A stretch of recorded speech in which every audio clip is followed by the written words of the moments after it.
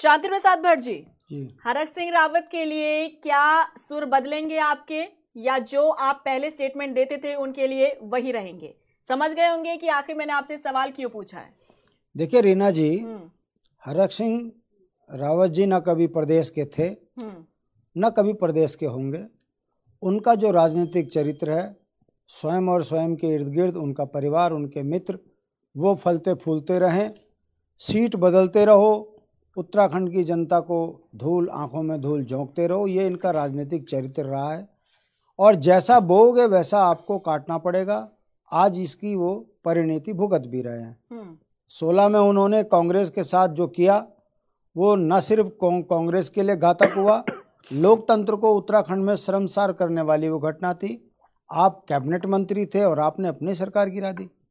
और जो आपने उस समय पे वक्तव्य हरीश सरकार में दिए, ऐसा लग रहा था कि शायद कांग्रेस महाबुरी भ्रष्ट बेईमान दलाल पार्टी है, जिसलिए आप नाराज होकर गए। ना सिर्फ आप, आपके साथ में 10-11 और कांग्रेसी भी चले गए। कांग्रेस का वो बुरा हाल हुआ कि मुख्यमंत्री 2 जगहों से हार गए। कांग्रेस जो कभी सरकार में बड़े सम्मान के साथ विपक्ष में बैठने की स्थिति में थी, वो आज 11 पे सिमट के रह गई। और भारतीय जनता पार्टी का राजनीतिक चरित्र क्या है, उस दौर में भी जनता ने देखा कि दूसरे के घर में आग लगाने के लिए इन्होंने पूरी कांग्रेस को ख़त्म इन्हीं महाशय के मार्फत किया। और इसी पैनल पर बैठी कांग्रेस की प्रवक्ता बड़ी ईमानदारी से इस बात को बोल रही है, हमें तो पता था वो बेईमान है और भ्रष्ट है, मगर 4 साल 5 साल आपने उस बेईमान के साथ मिलकर जिस तरीके से बेईमानी करी, जनता वो भी देख रही है कि आप कितना राष्ट्र प्रेमी हैं, कितना राज्य प्रेमी हैं। मैं रीना जी ये पूछना चाहता हूँ कि यदि हरक सिंह जी उत्तराखंड के जल जंगल जमीन जो उत्तर प्रदेश ने गिरवी रखे हैं, उसके विरोध में अगर ये कहते कि मैं इस भाजपा से खिन्न हूँ, मुझे इस्तीफा देना है, हमें लगता है राज्य प्रेमी है। यदि उत्तराखंड के बेरोजगारों पर लाठियां भांजने के समय ये कहते कि ये सरकार जो है दानवों की तरह भूमिका निभा रही है, मैं उत्तराखंड के बेरोजगारों के साथ हूँ, मैं इस्तीफा दे रहा हूँ। उत्तराखंड राज्य कर्ज की गर्त में डूब गया। 44,000 करोड़ के कर्ज कांग्रेस के समय पर था, भाजपा के शासनकाल में 70,000 करोड़ का कर्जा हो गया। अगर ये कहते कि मैं भाजपा में ईमानदारी इसके लिए आया था, यहाँ और भ्रष्ट बेईमान लोग हैं, मैं ये भाजपा छोड़ता हूँ, तो हमें लगता कि हरक सिंह रावत जी को राज्य प्रेम है। देखिए प्रेम कैसा है, मुझे टिकट दे दो, मैं वहाँ नहीं लड़ूंगा जहाँ रहता हूँ, अब मुझे दूसरी जगह दे दो, चलो वहाँ भी दे दिया, मेरे बहू को दे दो, चलो वो भी दे दिया, अब मेरे मित्र को भी दो। समझ नहीं आ रहा है ये राज्य प्रेम है, ये कौन सा राष्ट्र प्रेम है और कौन सी राष्ट्रीय राजनीति है। ये दोनों राष्ट्रीय पार्टियां आकंठ भ्रष्टाचार में डूबी हैं। राष्ट्र के नाम पर राजनीति की दलदल, राजनीति की गंदगी की सीमाएं लांघ चुके ये दोनों पार्टियां जिस बेशर्माई से इस बात को कह रहे हैं कि ये फलाना बेईमान था, हमने हटा दिया, दूसरा कह रहा है कि अरे ये तो प्यारा है, कांग्रेस के लिए आओ।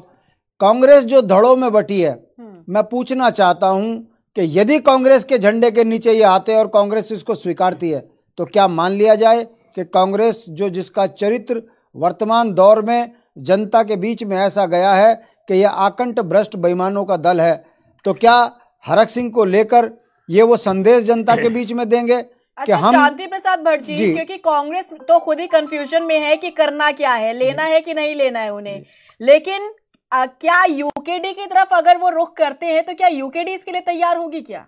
रीना जी, आपको एक जानकारी होनी चाहिए, उत्तराखंड क्रांति दल में ऐसा व्यक्ति ना आ सकता है, ना उत्तराखंड क्रांति दल में उसके लिए कोई स्थान है। तो हरीश रावत के लिए तो आप बिल्कुल तैयार थे कि हाँ अगर वो आते हैं तो हमारी पार्टी और आगे बढ़ेगी, हमें फायदा होगा। हरीश रावत के लिए तैयार हो गए। रीना जी, आपको जानकारी होनी चाहिए, जानकारी पूरी है, एक भी बयान अगर ऐसा हो कि हरीश रावत के आ जाने से उत्तराखंड क्रांति दल मजबूत होगा। हाँ, शांति प्रसाद जी, मुझे लग रहा है कि आप भूल गए उस डिबेट को जब आप यहाँ मेरे बगल में बैठे थे मेरे स्टूडियो में, उसको रिपीट करके सुनिए। यहाँ पर आपको जब ये पता लगा था कि आपके बड़े नेताओं के साथ उन्होंने मीटिंग की है और वो तस्वीरें ट्वीट कर दी गई थी, तब आपके सुर पूरे तरीके से बदल गए थे। इसीलिए मैंने आपसे ये सवाल पूछा। मैं वही बात कह रहा हूँ, मैं फिर कह रहा हूँ जी कि हरीश रावत जी का जो राजनीतिक कद है, नो डाउट वो उत्तराखंड की राजनीति के बहुत बड़े नेता हैं, मगर सवाल इस बात का है कि जिस बेशर्मी से कांग्रेस की सरकार गिरी और जो हालात हरीश रावत जी के हुए, यदि आज वो कांग्रेस में चले जाते हैं, सवाल हम खड़ा करते हैं, क्या हरीश रावत जी ऐसी भ्रष्ट व्यवस्था के बीच में रहेंगे? उन्हें कांग्रेस में रहना चाहिए।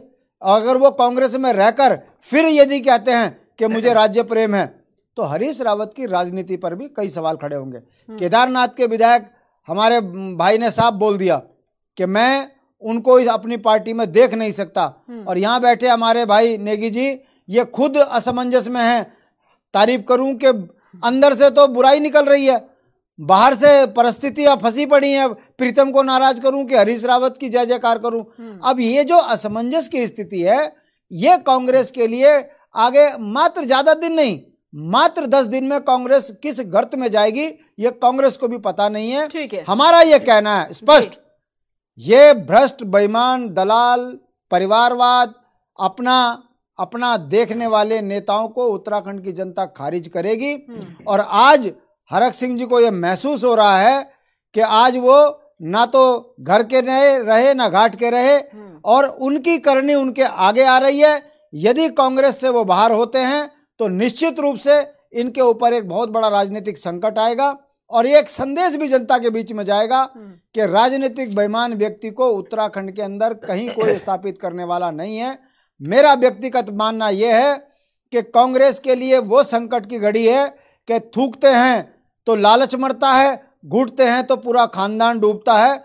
ये तय कांग्रेस ने करना है कि इनको लेना है या नहीं लेना है। पर बहरहाल ये संदेश जरूर जा चुका है कि कांग्रेस जिस तरीके से इन्हें देखकर जीभ बाहर निकाल रही है, तो कांग्रेस आकंठ भ्रष्ट पार्टी है। वो इनके किए हुए कारनामों को माफ करके राज्यों को लूटने की योजना बनाएगी, जो कि पैनल में साफ समझ में भी आ रहा है।